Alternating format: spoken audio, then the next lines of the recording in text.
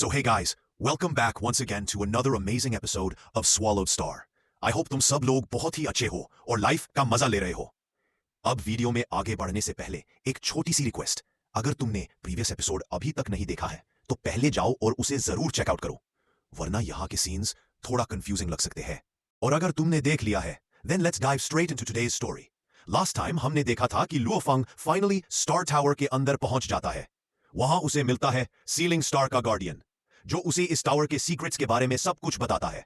Guardian ये भी कहता है कि अगर लुओ फंग को इस टावर का मास्टर बनना है तो उसे एक ऐसा ट्रायल पास करना होगा जो लाइफ एंड डेथ के बीच का टेस्ट है। लुओ फंग बिना देर चैलेंज एक्सेप्ट कर लेता है और ट्रायल शुरू होता है। बट जैसे ही टेस्ट स्टार्ट होता है, उसके अंदर का दर्द डिस्क्राइब करना मुश्किल है। उसकी बॉडी लिटरली अंदर से टूट रही होती है और साथ ही उसकी सोल भी क्रैक होने लगती है। 1 साल तक वो अनइमेजिनेबल पेन झेलता है, पर फिर भी टिकता है। उसे लगता है अगर ये सब ऐसे ही चलता रहा तो शायद वो ज्यादा देर तक जिंदा नहीं रह पाएगा। और सबसे शॉकिंग बात, उसे पता चलता है कि उसे पहले 2 लोग ये ट्रायल अटेम्प्ट कर चुके हैं, पर दोनों अपनी पावर्स और मेमोरीज पूरी तरह से खो चुके हैं। अब यहां पे लुओ फेंग खुद के माइंड को डाइवर्ट करने के लिए बीस्ट गॉड स्टैच्यू को परफॉर्म करना शुरू कर देते हैं। वहीं दूसरी तरफ लुओ फेंग के जानने वाले जो लोग भी थे, यहां तक कि उसका बेटा, ये सभी लोग प्रैक्टिस करके अपनी पावर को और ज्यादा एनहांस करने में लगे हुए थे। इसी के साथ हम देखते हैं कि 1000 साल से ज्यादा बीत जाते हैं और लुओ फेंग अभी भी इसी प्रोसेस में लगा हुआ था। और अब आगे हामोमीस, अब इस एपिसोड के स्टार्टिंग में ही हम लुओ फेंग को देखते हैं, जो कि स्टार टावर के अंदर अभी भी बैठा हुआ था और उस पेन को और ज्यादा बर्दाश्त करने की कोशिश कर रहा था।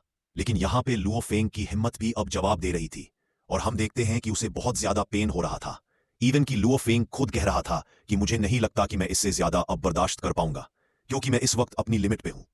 यहां पे हमें बताया जाता है कि असल में 2600 साल बीत चुके हैं, लेकिन लुओ फेंग अभी भी इस ट्रायल को दे रहा था। वहीं दूसरी तरफ जो गार्डियन लुओ फेंग को इस टेस्ट को देता हुआ देख रहा था, वो भी कहता है कि इसने ऑलरेडी फर्स्ट कैंडिडेट को सरप्राइज कर दिया है और मैं हैरान हूं कि तुम्हारा जो सोल है ये इतना ज्यादा पावरफुल है।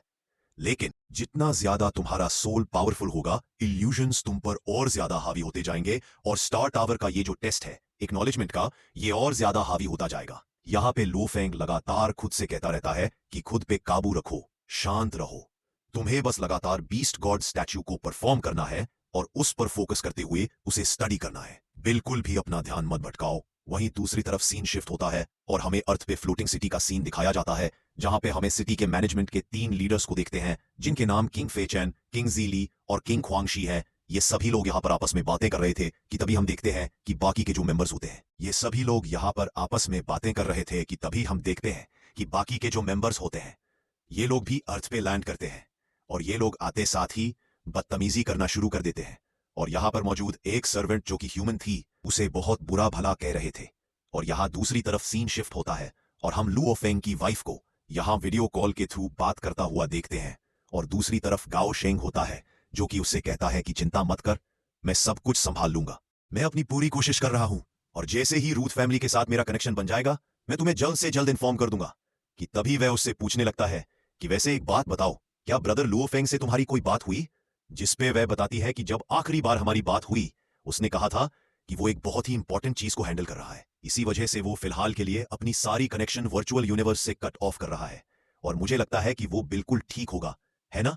कि तभी यहां पे ऑर्लिन से कांटेक्ट करती है और इससे कहती है कि फाइनली तुम आ गई। कि तभी वो बताने लगती है कि एक बात बताओ, आखिर तुमने मुझे यहां पे क्यों बुलाया?